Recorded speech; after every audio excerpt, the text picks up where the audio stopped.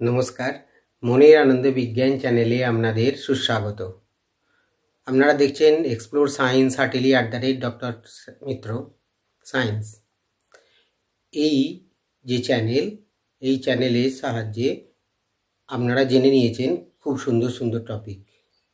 সেই সমস্ত টপিকের মধ্যে আমি বিস্তারিত আলোচনা করেছি পৃথিবীতে কিভাবে প্রাণ সৃষ্টি হয়েছিল, বীজ আগে এসেছিল না গাছ আগে এসেছিল, কে প্রথম এসেছিল ডিম না মুরগি, লঙ্কা খেলে কেনই বা ঝাল লাগে, এইরকম কৌতূহল উদ্দীপক অনেক প্রশ্ন এবং তার যথাযথ উত্তর আমরা দিয়ে দিয়েছি এই চ্যানেলের মাধ্যমে।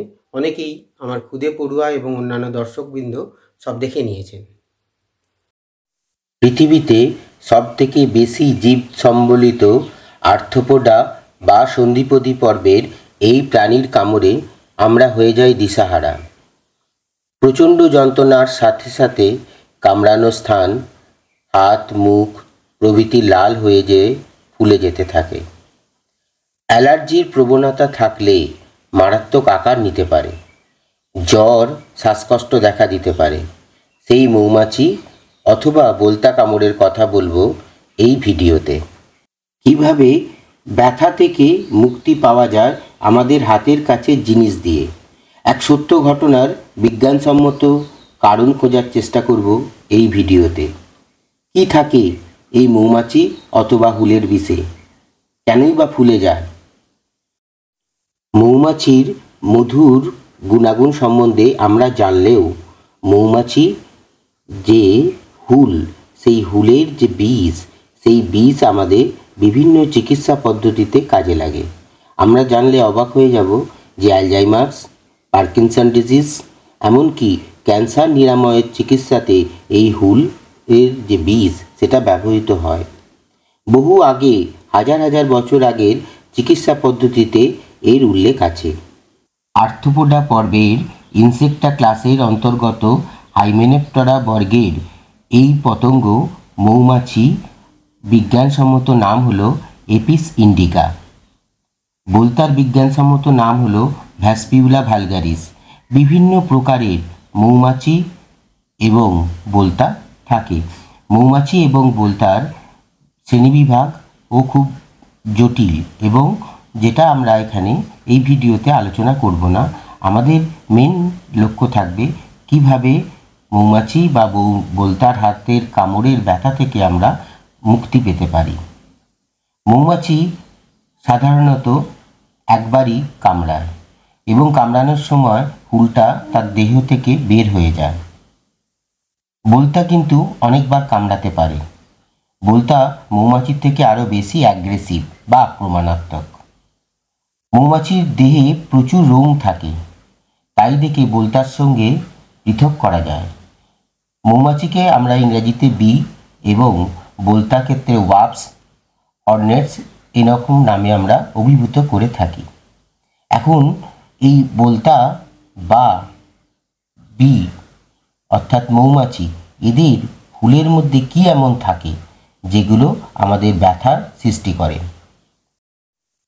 মৌমাছি অথবা বোলতার হুলের বিষে প্রচুর পরিমাণে প্রোটিন থাকে বিভিন্ন ধরনের উৎসেচক বা এনজাইম এবং কিছু কিছু কম্পাউন্ড, যেগুলো আমরা খুব সংক্ষেপে আলোচনা করছি। বায়োলজিক্যাল অ্যামিন থাকে, বায়োজেনিক অ্যামিন। এই কম্পাউন্ডগুলো আমাদের ব্যথা এবং ফুলতে সাহায্য করে। এই ব্যথা বা ফুলে যায় কেন, আমি আসছি পরে সেই প্রসঙ্গে। এছাড়াও থাকে ফসফোলাইপেজ, যেটা আমাদের শরীরের যে বিভিন্ন রকম উৎসেচকগুলো আছে সেইগুলোকে ড্যামেজ করে। বোলতার হুল থেকে প্রাপ্ত এই সমস্ত জিনিসগুলো আমাদের শরীরে প্রবেশ করে আমাদের হিস্টামিন ক্ষরণ করে। সেই হিস্টামিনটা রক্তজালকের কে প্রসারিত করে, ভেসোডাইলেশন করে। আরেকটা ঘটনা ঘটায়, সেটা হচ্ছে ভাস্কুলার পারমিয়েবিলিটি বা রক্তজালকের ভেদ্যতা বাড়িয়ে দেয়। এবার এই রক্তজালকের ভেদ্যতা বাড়ানোর জন্যে সোডিয়াম, জল এবং প্রোটিন জাতীয় পদার্থগুলো বাইরে বেরোতে থাকে এবং সেই স্থানটা ফুলে যেতে থাকে। ফুলে যাওয়াটাকে রোমান কথায় বলা হয় টিউমার। সেই জায়গাকার তাপমাত্রাটা বেড়ে যায়, যেটাকে ক্যালোর বলে অভিভূত করা হয়। আর ব্যথা অনুভূত হয় বিভিন্ন রকম কম্পাউন্ডগুলোর জন্য। নার্ভ এন্ডিংগুলোর মধ্যে অ্যাসিটাইল কোলিন যেগুলো থাকে সেগুলো ব্যথা আমাদের সৃষ্টি করতে সাহায্য করে। আর হচ্ছে রাবর বা রেডনেস তৈরি করে। কেন না সেই রক্তজালকগুলোর মধ্যে যেহেতু বড় হয়ে গেছে, সেই জন্যে অন্য জায়গাকার স্থান থেকে বিভিন্ন স্থান থেকে রক্ত সেই রক্তজালকের মধ্যে অর্থাৎ ফোলাস যে স্থানটা সেইখানটার মধ্যে চলে আসে।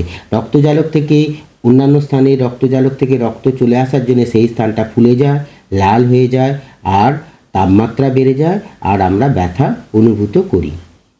এখন আমাদের জানতে হবে এই মৌমাছি বা বোলতার কামড়ে সেই স্থান যে ফুলে যায় এবং ব্যথা থেকে আমরা মুক্তি পাবো কী করে। প্রথমে যদি মৌমাছি কামড়ায়, সেই মৌমাছির হুলটাকে বার করে দিতে হবে। সেই হুলটা বার করে সেই স্থানটাকে ভালো করে অ্যান্টিসেপটিক লাগিয়ে দিতে হবে। অন্যান্য স্থানে বিভিন্ন রিসার্চ পেপারে অ্যাপেল সিডার ভিনিগারের কথা উল্লেখ থাকলেও, সোডিয়াম বাইকার্বনেট এরকম বিভিন্ন পদার্থের উল্লেখ থাকলেও সেগুলো আমাদের কাছাকাছি থাকে না। আমাদের কাছে, ঘরের কাছে খুব সহজেই পাওয়া যায় লোহার যে কোনো জিনিস। লোহার জিনিস কাটারি হতে পারে, বা যে কোনো খুন্তি, আগেকার দিনে লোহার খুন্তি হতে পারে, বা আমাদের বাগান পরিষ্কার করার কোনো লোহার অংশ হতে পারে। সেই লোহার অংশগুলো ভালো করে পরিষ্কার করে ধুয়ে নিয়ে সেই স্থানটাতে, অর্থাৎ যে স্থানে মৌমাছি বা বোলতা কামড়েছে সেই স্থানটাতে একটু কিছুক্ষণ, অন্তত মিনিট 4-5 যদি প্রেস করে ধরে রাখা যায়, তাহলে কিন্তু ব্যথা থেকে সম্পূর্ণ মুক্তি লাভ করা যায়। এটা আমি হাতে নাতে প্রমাণ পেয়েছি। প্রমাণ পাওয়ার পরেই কিন্তু আমি এই ভিডিওটা করছি। এবং এই যে ভিডিওটা করার পেছনে আমি অনেক গবেষণাপত্র ঘেঁটে দেখেছি যে কী এমন থাকে। দেখেছি যে লোহার মধ্যে দুরকম আয়ন থাকে। আমরা অনেকেই জানি যে ফেরাস আয়ন এবং ফেরিক আয়ন। সেই ফেরাস এবং ফেরিক আয়নগুলো, সোডিয়াম ক্লোরাইড থাকে আমাদের ঘামের মধ্যে, সোডিয়াম ক্লোরাইড, সোডিয়াম বাইকার্বনেট প্রভৃতি লবণ থাকে, সেগুলো যুক্ত হয়ে যায়। যুক্ত হয়ে গিয়ে কি করে না ফর্মিক অ্যাসিডটাকে ব্রেকডাউন করে দেয়। ফর্মিক অ্যাসিডটাকে যদি ব্রেকডাউন করে দেয় এবং অন্যান্য কম্পাউন্ডগুলোর সঙ্গে এই লোহাটা বিক্রিয়া করে, বিক্রিয়া করে সেই কম্পাউন্ডগুলোকে আর গ্রো করতে দেয় না এবং ব্যথা থেকে আমাদের সম্পূর্ণ মুক্তি পেতে পারি আমরা।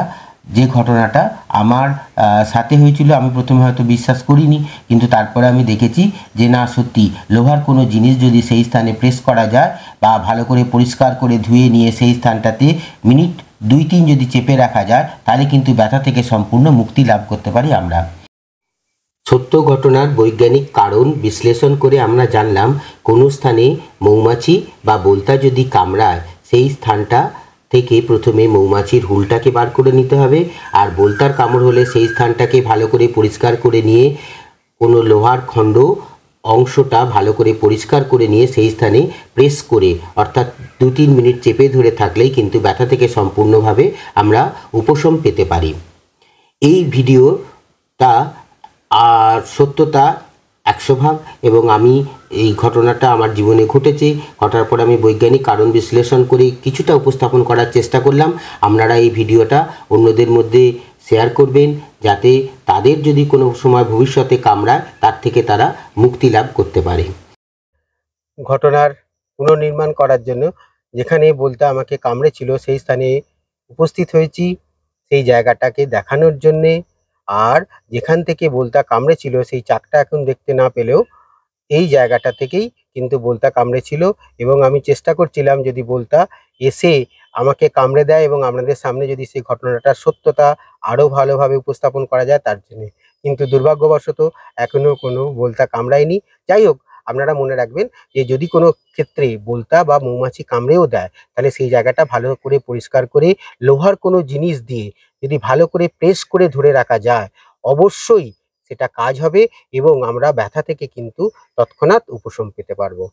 এই ঘটনা বললাম, আপনারা সবাই এটা শেয়ার করে দেবেন, অন্য পরিচিত বন্ধুদের মধ্যে বলবেন, যাতে তারা এই কষ্ট থেকে মুক্তি পায়। ভালো থাকবেন সবাই, খুব ভালো থাকবেন, আনন্দে থাকবেন, আর সম্ভব হলে চ্যানেলটাকে দেখবেন এবং ছাত্রছাত্রীদের উদ্বুদ্ধ করবেন দেখার জন্য, যাতে ছেলেরা দেখলে তার সমস্ত কিছু ধারণা সম্পূর্ণ পরিষ্কার হয়ে যাবে এবং খুব সহজে এখানে বলে দেওয়া হবে। সবাই খুব ভালো থাকবেন। অনেক ধন্যবাদ।